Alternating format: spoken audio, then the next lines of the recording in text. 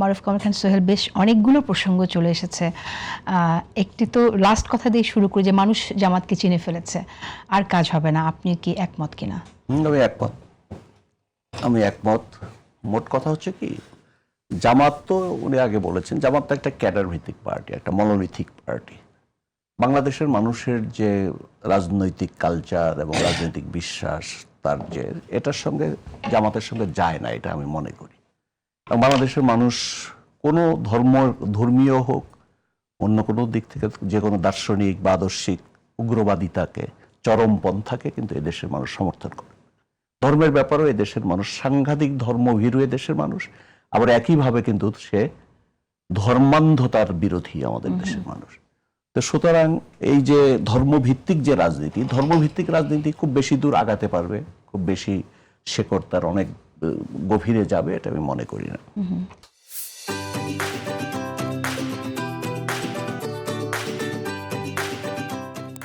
কিন্তু জাতীয় ঐক্যের প্রশ্নে যে ব্যাপারটা আসছে, আমি এখানে একটা কথা খুব স্পষ্ট, আপনি জানেন যে জামাতের ব্যাপারে তো আমার একটা সুনির্দিষ্ট মনোভঙ্গি আছে, দৃষ্টিভঙ্গি আছে। আওয়ামী লীগের ব্যাপারে আমার একটা সুনির্দিষ্ট মনোভঙ্গি, দৃষ্টিভঙ্গি আছে। আর এখানে তো মূলত তিনটা পার্টি এখন এক্সিস্ট করছে। বামপন্থীরা তো একটু দুর্বল হয়ে গেছে। আওয়ামী লীগ, তারা এখন নিষিদ্ধ হলেও আওয়ামী লীগের সমর্থক সংখ্যা একেবারে কম না, আছে আমাদের সমাজে। বিএনপি, এটা মূলধারা রাজনৈতিক দল। আর এদিকে ডান দিকে জামাতে ইসলামী বা আরো কিছু ইসলামিক দল আছে। তারেক রহমান যে কথাটা বলেছেন সেটা হচ্ছে জাতীয় ঐক্যের কথা, কিন্তু দলীয় ঐক্যের কথা বলেন নাই। তারেক রহমান যে কথাটা বলেছেন কিন্তু রাজনৈতিক ঐক্যের কথা বলেন। জাতীয় ঐক্যটা কিন্তু অনেক বড়, আরেকটা বড় ক্যানভাসে আমাদেরকে দেখতে হবে, এবং জাতীয় স্বার্থে। এটা যারা জাতীয় স্বার্থের পক্ষে দাঁড়াবে না, যারা জাতীয়, সেটা যে দলই করুক, বিএনপির লোকও যদি জাতীয় স্বার্থের পক্ষে না দাঁড়ায় তাহলে তো তাকে বাদ দিতে হবে। আওয়ামী লীগের লোক যদি জাতীয় স্বার্থের পক্ষে না দাঁড়ায় তাকে বাদ দিতে হবে। জামাত ইসলামীর লোক বা অন্য দল, যে কোনো দলের লোক হোক, জাতীয় স্বার্থের প্রশ্নে একটা বৃহত্তর ঐক্যমত, আন্ডারস্ট্যান্ডিং, সমঝোতা, এটা দলীয় ঐক্য না, জোট করা না, যে এই দলের সঙ্গে এই দলের, যেটা বিএনপি একসময় করেছিল, জামাতে ইসলামী একসময় বিএনপির সঙ্গে এসেছিল, একটা দলীয় জোট হয়েছিল। সেই জোটের কথা এখন নাই। এটা তার চাইতে অনেক বৃহত্তর আবেদন নিয়ে তারেক রহমান আহ্বান জানিয়েছেন। সেটা হলো বৃহত্তর জাতীয়, এটা কোনো দলীয় না। রাজনীতিতে তো ভিন্ন মত থাকবে, দল থাকবে, নানা। তো বিএনপি তো বহুমতের রাজনীতিতে বিশ্বাস করে, বহু দলের রাজনীতিতে বিশ্বাস করে। জামাতের দর্শনকে আমি গ্রহণ করব? বিএনপি কি জামাতের দর্শনকে গ্রহণ করবে? বিএনপি কি জামাতের যে সাংগঠনিক স্ট্রাকচার এটা সে গ্রহণ করবে? বিএনপি কি জামাতের রাজনীতিকে কখনো গ্রহণ করবে? বিএনপির রাজনীতি করবে। জামাতে ইসলামী কোনোদিনই বিএনপির রাজনীতি ছিল না এবং আসবে না। যখন জোটে ছিল তারা কি বিএনপির রাজনীতিকে গ্রহণ করেছিল? কখনোই করেনি।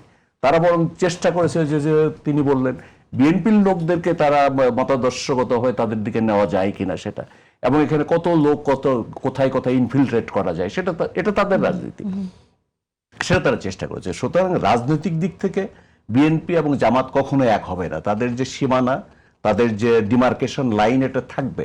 আওয়ামী লীগের সঙ্গে বিএনপি এক হবে না, জামাত ইসলামীর সঙ্গে এক হবে না। আমাদের এর মধ্যেও, এই বিভেদ সত্ত্বেও, এই ভিন্ন মত সত্ত্বেও, বৈচিত্র্যের মধ্যে ঐক্য গঠন করতে হবে হচ্ছে জাতীয় ইস্যুগুলোতে। সব ব্যাপারে তো ঐক্য হবে না। আমরা তো বাকশাল করব না যে সবাই একমত হয়ে যাবে, সব আর কোনো দল থাকবে না, মত থাকবে না। আমরা বাকশাল করবো না। আমরা বৈচিত্র্যের মধ্যে ঐক্য শুধু জাতীয় স্বার্থের প্রশ্নে, যে ইস্যুতে যারা জাতীয় স্বার্থে ঐক্য করবে না, বুঝতে হবে যে তারা জাতীয় স্বার্থ বিরোধী শক্তি। সুতরাং জাতীয় স্বার্থের প্রশ্নে আমাদেরকে ঐক্যবদ্ধ হওয়ার যে ডাক তারেক রহমান দিয়েছেন, সেটা জামাত ইসলামী হোক, ইভেন আওয়ামী লীগও, তাদেরও কিন্তু দলীয় স্বার্থের ঊর্ধ্বে উঠে জাতীয় স্বার্থের প্রশ্নে ঐক্যের কাফেলায় সামিল হওয়া দরকার, উচিত। তাহলে আমরা এগোতে পারবো। আর না হলে আমরা যদি বিভেদ, ঘৃণা, বিদ্বেষের যে জাতীয় ঐক্যকে যদি আমরা বিনষ্ট করি, জাতীয় ঐক্যের ফেব্রিককে যদি আমরা নষ্ট করি, তাহলে কিন্তু ভিন দেশের যে আগ্রাসন, এই আগ্রাসনের শিকার আমরা হয়ে যাব। সুতরাং জাতীয় স্বার্থেই আমাদের যে সমস্ত চ্যালেঞ্জ আছে, অর্থনৈতিক থেকে আরম্ভ করে সাংস্কৃতিক দিক থেকে সমস্ত চ্যালেঞ্জগুলো আমাদেরকে জাতীয় ঐক্যের একটা পয়েন্টে আমাদের ঐক্যবদ্ধ হয়ে সেগুলো মোকাবেলা করতে হবে। একটি বিষয় একটু আমি আপনার কাছে শুনতে চাই, সেটা হচ্ছে অনেকেই মন্তব্য করেন যে জামাত ইসলামী বিএনপির সাথে এতদিন ছিল, একসময় তো দেশ পরিচালনা করেছে, তাহলে এখন কেন, বিশেষ করে পতিত আওয়ামী লীগের অনেকেই বলে এখন কেন তাহলে দুই দলের মধ্যে এটা তো পরিষ্কার, এটা নিয়ে কোনো ইয়ে নাই। এটা বিএনপি কিন্তু বারবার একটা কথা বলেছে যে জামাতে ইসলামীর সঙ্গে যখন প্রথমে ছিল কিন্তু আন্দোলনের মিতালি, আন্দোলনের মৈত্রী, অর্থাৎ মানে ফ্যাসিবাদ বিরুদ্ধে গণতন্ত্রের জন্য সবাই মিলে একসাথে লড়াই করবে, এটা একটা জোট হয়েছিল। পরে তারা একটা আন্দোলনের ঐক্যের মধ্যে তারা বলেছিল যে আমরা একসাথে নির্বাচন এবং সরকার গঠন করব। নির্বাচন সরকার গঠন করেছিল এবং সেখানে কতগুলো কমন তারা নির্ধারণ করেছিল যে এই বিষয়গুলো আমরা একসঙ্গে কাজ করব। জামাতকে এর বিনিময়ে 2টা মন্ত্রিত্ব দেওয়া হয়েছিল, আপনারা জানেন, সকলেই জানেন। তো সেখানে জামাতে ইসলামী কিন্তু এই যে বিএনপির যে সদিচ্ছা, সে সদিচ্ছাকে তারা তাদের পার্টির যে সমস্ত কালচার, তারা তো ঐতিহাসিক ভুল করেই বারবার। জামাতের একটা বড় ব্লান্ডার হচ্ছে তারা ওই ইতিহাসের সমস্ত ক্রান্তি লগ্নে কিন্তু শুধু ভুল ডিসিশন নিয়েছে। তো সুতরাং তারা এখানেও নিয়েছে বিএনপির সঙ্গে থেকে। তারা কিন্তু যে 2টা বা 3টা মন্ত্রণালয় ছিল, সেই 2টা 3টা মন্ত্রণালয় বিএনপিকেই ঢুকতে দেয়নি তারা সেখানে, কোনো ক্ষেত্রে না, কোনো দিক থেকে না। সমস্ত সুযোগ সুবিধা, ওই আজিজ সাহেব একটু আগে বললেন যে ওইটা যদি ফকিরকে ভিক্ষা দেয়, ওই ফকিরটা জামাতের কিনা ওটা দেখে তারপরে ভিক্ষা দেয়, এরকম তাদের ক্যারেক্টারটাই এরকম। তো সেটা তারা করেছে।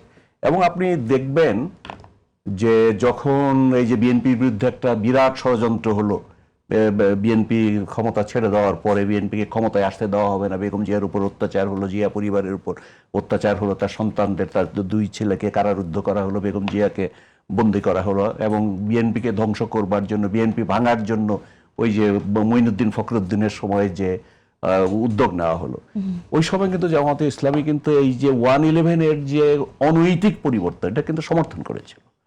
কারণ আমি ওই সময় খুব ঘনিষ্ঠভাবে কাজ করেছি, আমি দেখেছি তাদেরকে কিন্তু আবার এই যে এর বিরুদ্ধে নিয়ে আসতে কিন্তু অনেক বেগ পেতে হয়েছিল। তার কিন্তু আপনি 5 বছর একটা সরকারের মধ্যে থাকলেন, কিন্তু 5 বছরের পরে সরকার যখন দুর্দিন দেখলেন তখন কিন্তু আপনি বিরুদ্ধে চলে গেলেন।